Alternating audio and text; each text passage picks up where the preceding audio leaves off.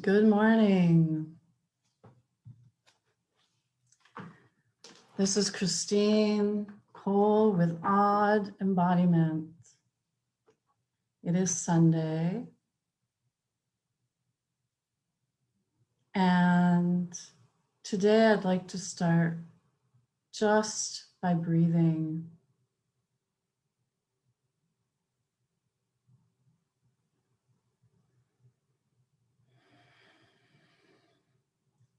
Today is Sunday,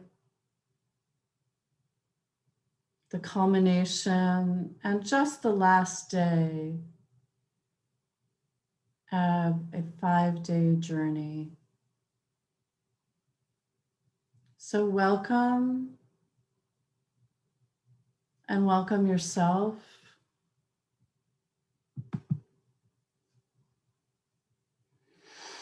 Welcome yourself. We have had 140 people daily watch these videos, either live or later.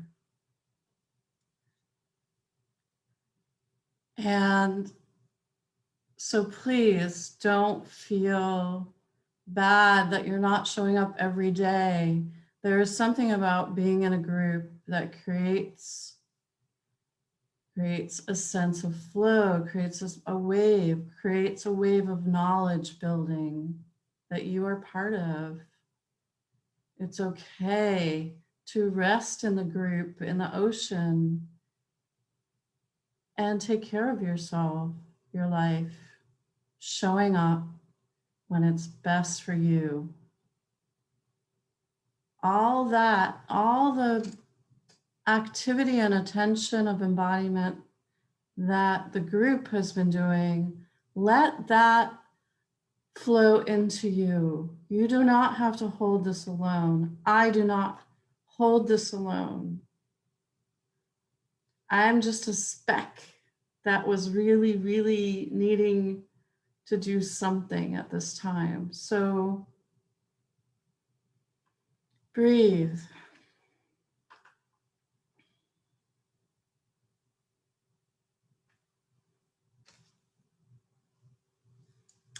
A habit, something you do regularly, doesn't need to be done with force.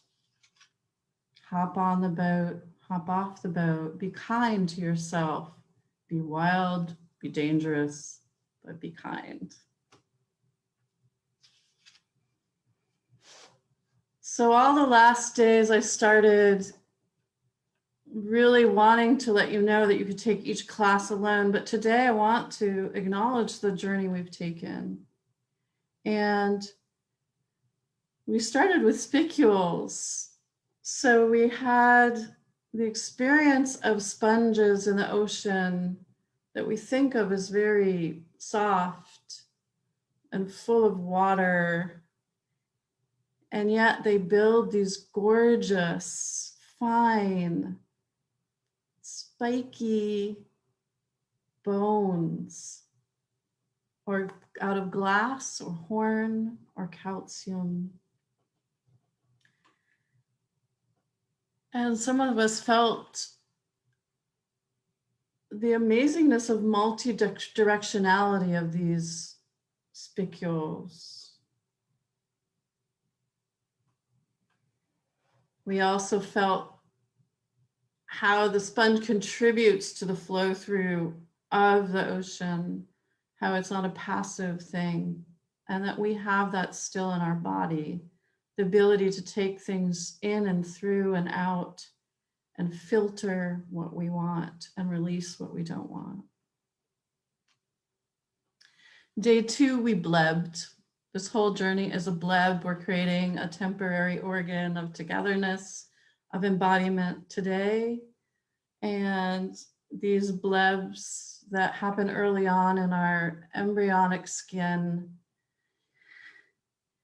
they're these little vacuole in the center, so space in the center that can hold fluid, letting it in and out. And they're given a little energy pack of glucose, and eventually they're released into the amnion, creating the amnion.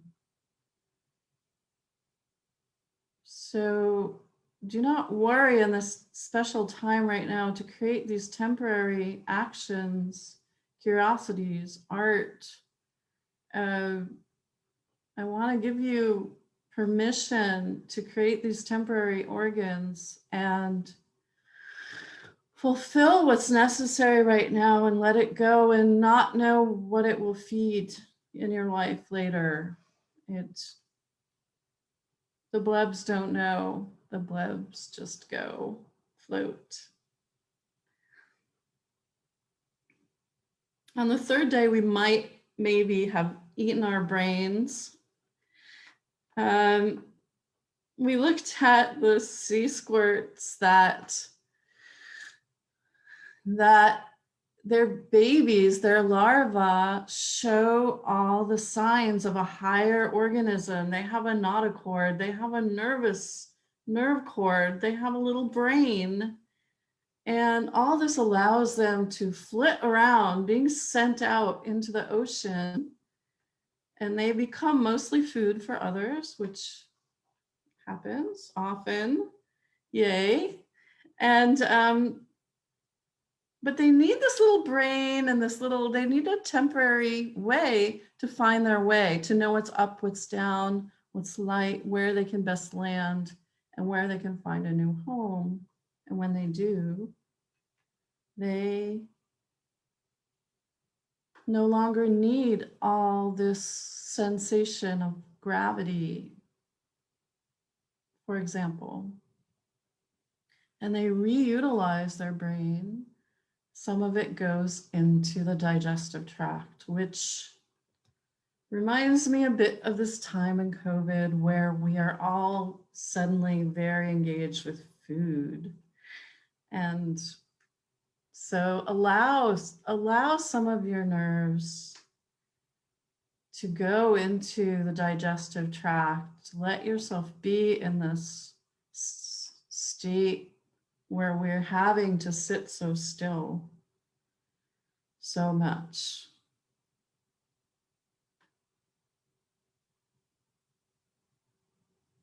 I trust that you are doing what you need. You're eating or dancing or meditating, that you are writing, that you're breathing. I trust you to find this moment what is good for you. Because yesterday got chaotic. Not only was it toddler muscle day, but all hell broke loose with technology. And so I was a bit like a toddler, and that can be unsettling. So I ran around doing things, and we ran around doing things, but we also allowed our muscles to be first. And we entered into the embodiment of teams. So muscles as teams.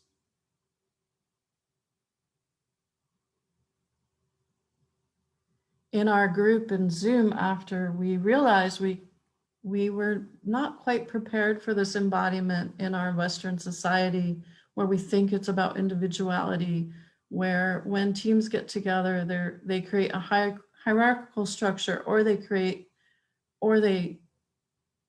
fight, or they give in and they give up hope, they give up their own agency. But at some point, we realized that the muscle teams were actually cognizant, 4 or 5 cognizant nuclei that were all contributing to the sequencing of our muscles, and that we were on the edge, and that we had something to learn, and our brain wouldn't help us there. So here we are today. I welcome you for the 5th in a habit of embodiment. You can go back anytime, see anything. And I'd like to offer you the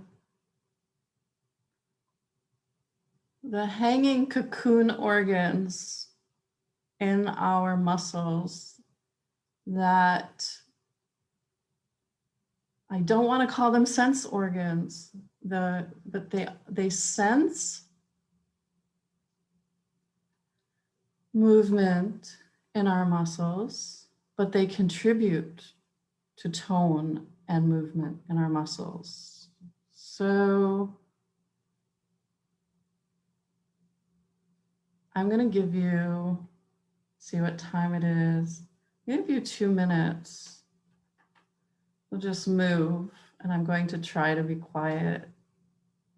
I'm going to ask you to just move and find your body, and then I will introduce in more detail the muscle spindles.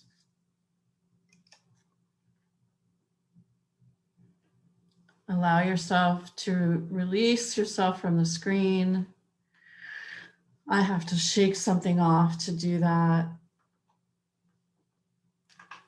Give yourself three-dimensionality. Give yourself opportunities to move in different ways.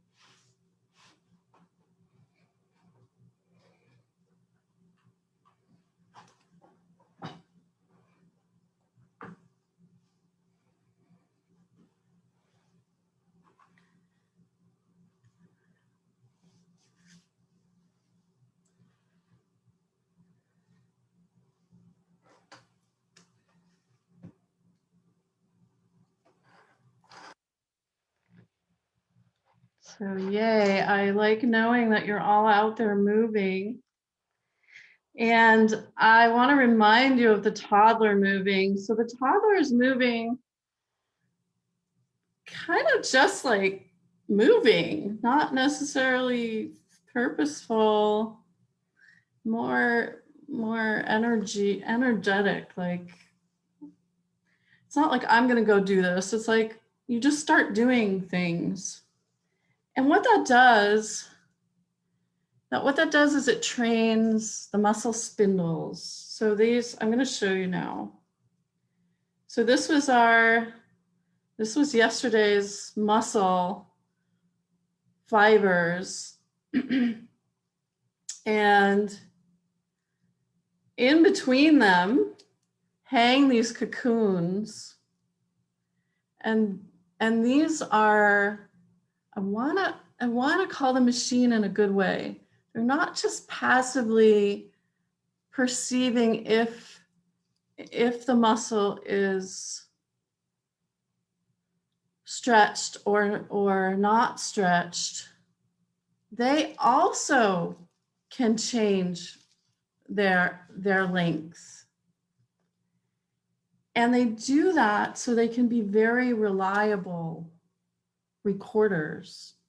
So if you see this here, so this, if this is a muscle spindle being pulled, here in this range, it can measure the length of muscle tissues very well. But if it gets pulled beyond that, if it's like this, it can't. So what it does is it actively pulls itself back together, or it changes its length. It also can't measure when it's really too tight, too close. And take my fingers out, you can see like it's just, there's a more measurement possible. This is hard for our brain, but you have this jolly muscle spindle in there willing to change shape. So I'll be the muscle spindle. It's like, oh, you're going to be more stretched. Oh, I will change. Oh, you're going to go in. Oh, I will change. I will activate. I will let you know that you're too tight or you're too close. So in order to do that, so it's hanging in there, kind of alive. It's an alive organic sense organ that has more possibilities than most. It's not passive. So just for a moment, just move. And I want you to know that like your fingers have many, they have like hundreds per, your mouth has many spindles. But every time you move, I want you to just hang for a moment, move, and know that these muscle spindles are hanging in between your fibers. So there's elasticity in them, but there's also activity of their own muscle, their own shaping in them.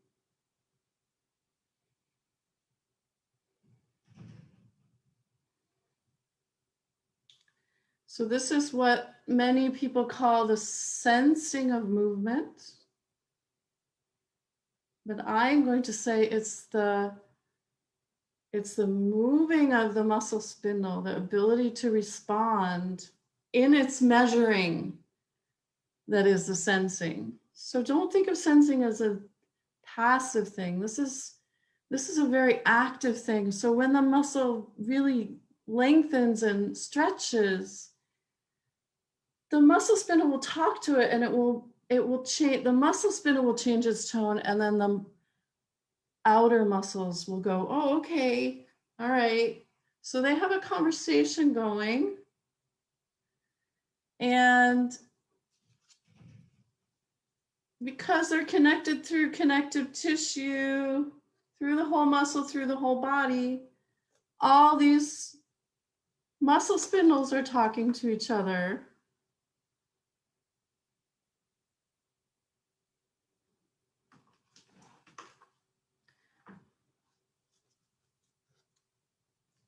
And that is the hum. That is the hum of information that the brain gets. All these millions of muscle spindles telling the brain what's going on, telling about this relationship, this dance between the spindle and the muscles.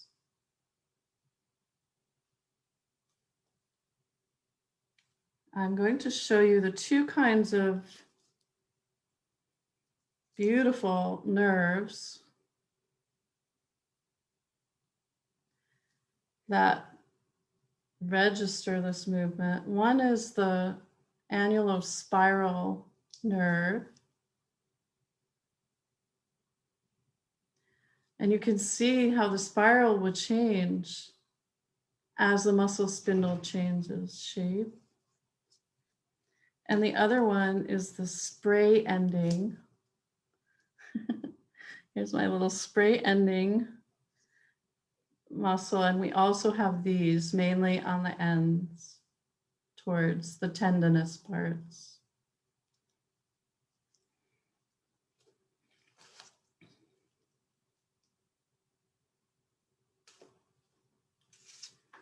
So as somatic, so as you're moving, you are creating a hum of these muscle spindles, and you're creating activity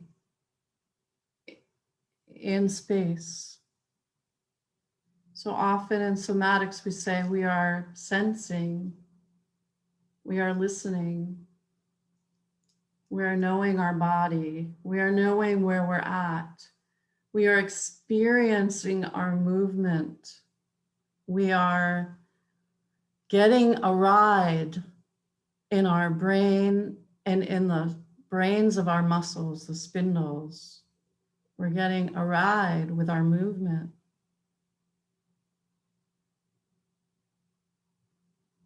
And lastly, these spindles can initiate a change in your tone. So I can actually bring up the tone of the spindles to relax my body. I can use the connection between the spindles and my mind and my brain to attend to the tone underneath my movement. And that we often call being somatic. So we're not just moving like toddlers I think it's great. And I think we need to keep going back to that to clear the synapses, but we are conscious of our movement. We are conscious of ourselves, of our body, and movement is the main thing we organize in our brain. So after you've cleared the synapses, please bathe your movement in the hum of these spindles and allow yourself to be at rest or at movement.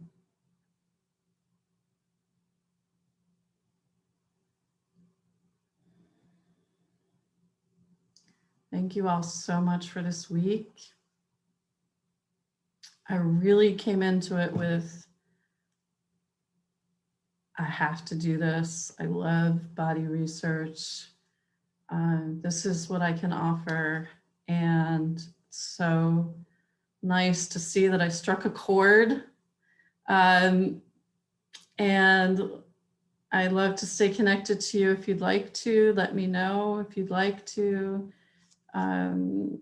Just sign up on the website or put your little, like my somatic body Facebook page. We will continue a few more odd anatomies, but anything else that we're planning, which we are, after we let the blebs go of this experience. Yeah, this is yours now. Nice to meet ya. Have a good day.